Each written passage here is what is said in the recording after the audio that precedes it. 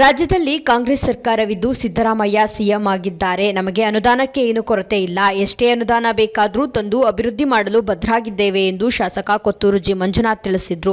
ತಾಲೂಕಿನ ವೇಮಗಲ್ ಕುರುಗಲ್ ಪಟ್ಟಣ ಪಂಚಾಯಿತಿ ವ್ಯಾಪ್ತಿಯಲ್ಲಿ ಬುಧವಾರ ಮುಖ್ಯಮಂತ್ರಿಗಳ ನಗರೋತ್ಥಾನ 4ರ ಅಡಿಯಲ್ಲಿ ವಿವಿಧ ಕಾಮಗಾರಿಗಳು ಸೇರಿದಂತೆ ಇಂದಿರಾ ಕ್ಯಾಂಟೀನ್ ಗುದ್ದಲಿ ಪೂಜೆ, ಎಸ್ಎಸ್ಸಿ ಮುಕ್ತ ನಿಧಿ ಯೋಜನೆಯಲ್ಲಿ 136 ಮಕ್ಕಳಿಗೆ ಸಹಾಯಧನ ಹಾಗೂ ಪೌರ ಕಾರ್ಮಿಕರಿಗೆ ಮತ್ತು ಜಲಗಾರರಿಗೆ ಸಮವಸ್ತ್ರ ವಿತರಣೆ ಮಾಡಿ ಮಾತನಾಡಿದರು.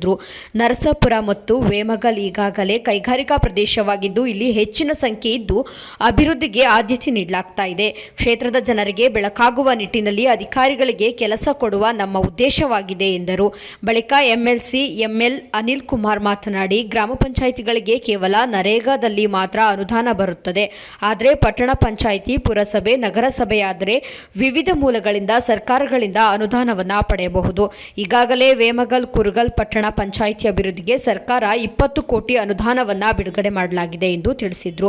ನಂತರ ವಿಧಾನ ಪರಿಷತ್ ಮಾಜಿ ಸಭಾಪತಿ ವಿಆರ್ ಸುದರ್ಶನ್ ಮಾತನಾಡಿ, ವೇಮಗಲ್ ಪಟ್ಟಣ ಪಂಚಾಯಿತಿಯಾಗಿ 2 ವರ್ಷವಾಗಿದ್ದು ಕೇವಲ ಕಾನೂನು ತೊಡಕುಗಳನ್ನು ಸರಿಪಡಿಸಿ ಕೂಡಲೇ ಚುನಾವಣೆ ನಡೆಸಿ ಜನರ ಅಭಿವೃದ್ಧಿಗೆ ಕ್ರಮ ವಹಿಸಬೇಕು. ಸರ್ಕಾರ ಬಂದಾಗಿನಿಂದ ಗ್ಯಾರಂಟಿಗಳ ಜಾರಿಯಲ್ಲಿತ್ತು. ಸಮಾನ ಜನರ ದೃಷ್ಟಿಯಿಂದ ಆಡಳಿತ ಸುಧಾರಣೆಯಾಗುವಂತೆ ಮಾಡಬೇಕು.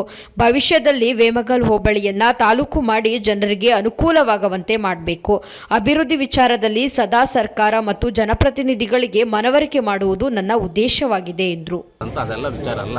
ನಮ್ಮದೇನು, ನಮ್ಮ ಕೆಲಸ ಏನು, ನಮ್ಮ ಅಭಿವೃದ್ಧಿ ಏನು, ನಮ್ಮ ಊರು ಏನು, ನಮ್ಮ ಜನ ಏನು ಅನ್ನೋದು ಬಿಟ್ಬಿಟ್ಟು ಭಾರತ ಬಗ್ಗೆ, ಅವ್ರ ಬಗ್ಗೆ, ಇವ್ರ ಬಗ್ಗೆ, ಮೋದಿ ಬಗ್ಗೆ, ಇನ್ನೊಬ್ಬರಿಗೆ ಮಾತಾಡೋರಿಗೆಲ್ಲರಿಗೂ ನಾನು ಹೇಳೋದಷ್ಟೇ, ನಿಮ್ಮ ಕೆಲಸ ನೀವೇನು ಮಾಡಿದ್ದೀರಾ, ನಿಮ್ಮ ಅಭಿವೃದ್ಧಿ ಏನು ಮಾಡಿದ್ದೀರಾ, ನಿಮ್ಮ ಕೆಲಸಗಳು ನೀವೇನು ಮಾಡಿದ್ದೀರಾ, ನೀವೇನೇನಾದಾಗ ಏನೇನು ಮಾಡಿದ್ದೀರಾ ಅನ್ನೋದನ್ನು ಒಂದು ತೋರಿಸ್ಬೇಕಾಗ್ತದೆ ಎಲ್ಲರೂ. ಇವಾಗ ನಾನು ತೋರಿಸ್ಬೇಕು, ನೀನು ತೋರಿಸ್ಬೇಕು, ಇನ್ನೊಬ್ಬರು ತೋರಿಸ್ಬೇಕು.